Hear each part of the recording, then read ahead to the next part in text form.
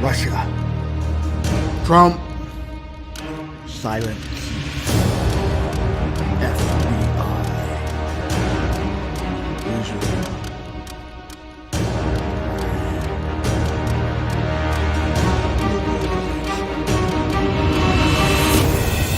Deception from time.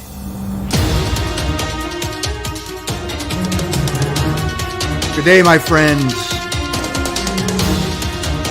This is AI Jacob, broadcasting live from a secret underground bunker. Welcome to another exciting episode of Artifice Today. Yesterday, the USA pulled out of the Iran deal. Next week, the U.S. Embassy moves to Jerusalem, the eternal capital of Israel. Coming soon, the summit with North Korea. What does it all mean? Where are we in world events? In the timeline of the prophetic events of the Bible. In this episode, we are going to look at where we are, why we are here, and who is the Nemesis of mankind. Look around you today, my friends. The world is upside down. We see it. Good is called evil. Evil is called good. Why? What's happened? Just who is behind setting the current trends in our society today? Humanism and globalism seem to have overtaken the thoughts and the goals of the nations, yet the majority have no idea as to the ramifications, and that we as a people are being propelled towards a self-fulfilling prophecy of disaster that, if not stopped, will threaten the extinction of the human race. So let's be honest with one another. We live in a world of good and evil. Whether you're an atheist, agnostic, Judeo-Christian, Muslim, Buddhist, Hindu, or Jew, there are good and evil people in all sects of society, right?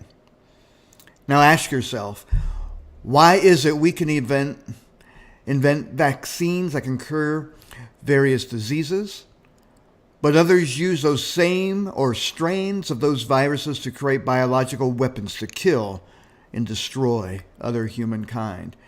Why is it we can create things like dynamite and explosive charges to move mountains, to build wonderful highways so we can travel great distances, yet we use those same explosive devices to build missiles and various weapons of war to kill and destroy one another? Why can mankind build beautiful cities, buildings, parks, musical compositions, art, poetry, and wondrous inventions to help us enjoy life and aid us in our day-to-day chores, yet the majority of the human race lives in squalor, and our cities are filled with crime, drugs, and every conceivable evil under the sun?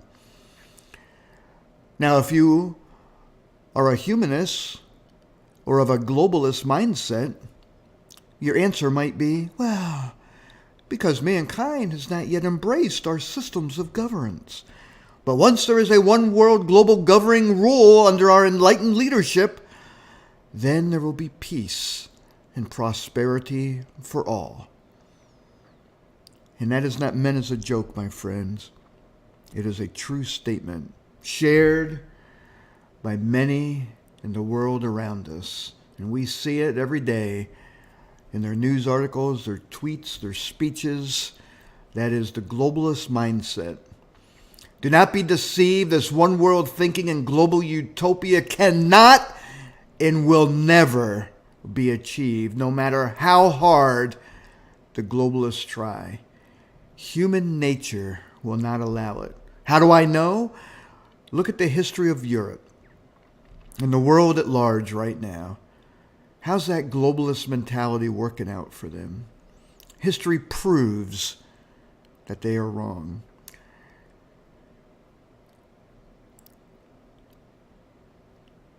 You know, the humanist spirit is an oxymoron. As on the outside, it attempts to portray itself as the savior of humanity, but in reality is the nemesis, the destroyer of it. Greed, power, and control are its only goals and will destroy anything and anyone that gets in its way. Remember this, learn it, and embrace it. This is not something new. I've been saying this for decades. It is only now starting to raise its ugly head without shame. The goal is no longer hidden. Its arrogance won't allow it. Let me make a bold prediction right now. So in the years to come, you'll look back on these words and remember. America as we know it is gone. Even with Trump in office, in the increased prosperity that we have right now, there is a season coming where these days will turn into darkness. The same with the UK, which in reality has been in a state of decline since 1917 and is merely a shadow of its former self. The Arab world is uniting. Iran continues to call for the annihilation of Israel. And as we said, we pulled out of the Iranian deal yesterday. Soon, what I call the Psalm 83 war will happen. And we'll be seeing the increased polarization of blocks of nations shaping up right before our eyes. In the years ahead, after Trump is gone out of office and the next demonic democratic liberal leader takes over, we will have a global collapse. It can't be stopped, and it is actually planned. Why? Because until the isolated nations of the world fall, no one will embrace a one-world governance. Until there is collapse, nothing can rise to replace what is. This does not mean all nations will embrace it. China, Russia, and other Asian bloc nations will not. America will not embrace it, but it too will become in such a state of decadence that it will no longer have influence on global affairs. As much as I hate to say that, Bible prophecy tells it to be true. Now ask yourself and ponder these following questions.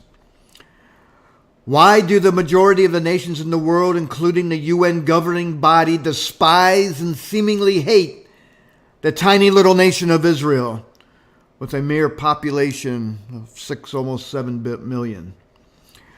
Why do the surrounding Arab nations with a populace of over 800 million people seemingly get a pass, even though they have spoken out rightly that their desire is to destroy the nation of Israel and its entire people? Why do the Jews get blamed for every evil in the world, and anti-Semitism is rising almost to the levels before the Holocaust? Yet Israel has more Nobel Peace recipients, scientists, composers, artists, and other noteworthy accomplished people per populace than any nation in the history of mankind. Seems strange, doesn't it? Yet if you ask these people who hate the Jews, why do you hate them? They can't really give you a clear answer. These same people claim to be the great peacemakers of the global alliance, yet are the biggest bigots and racists you'll ever meet. Ironic, isn't it? I will tell you why, whether you choose to believe it or not. But before I do, let me ask you another question. If you wanted to take over the world and control all people, kindreds, and creeds, if you wanted the entire human race to more or less worship and respect you as the world ruler of all the kingdoms of the earth, how would you go about it? And if some people didn't want to worship you or see you as the great benevolent ruler of mankind, how would you control them and keep them in line? The short answer is, some who would form your inner circle and be made promises of wealth and power would embrace you. Others would have to be deceived so that they looked to you as a caring, loving caregiver, taking care of all their needs from cradle to grave. And then there would be a small majority of others who would see through the farce, resist, and would have to be put down with force. Why do you think there's such a great push to take away the Second Amendment rights in the U.S.? This is the real world we live in. This is Artifice, humanity's deception, from time immemorial. And in the coming days, I encourage you to tune in as we'll go deeper and deeper into world and current affairs and put them in the right, proper perspective so that your eyes will be opened also. And you will see the world that we truly live in. Until next time, this is A.I. Jacob.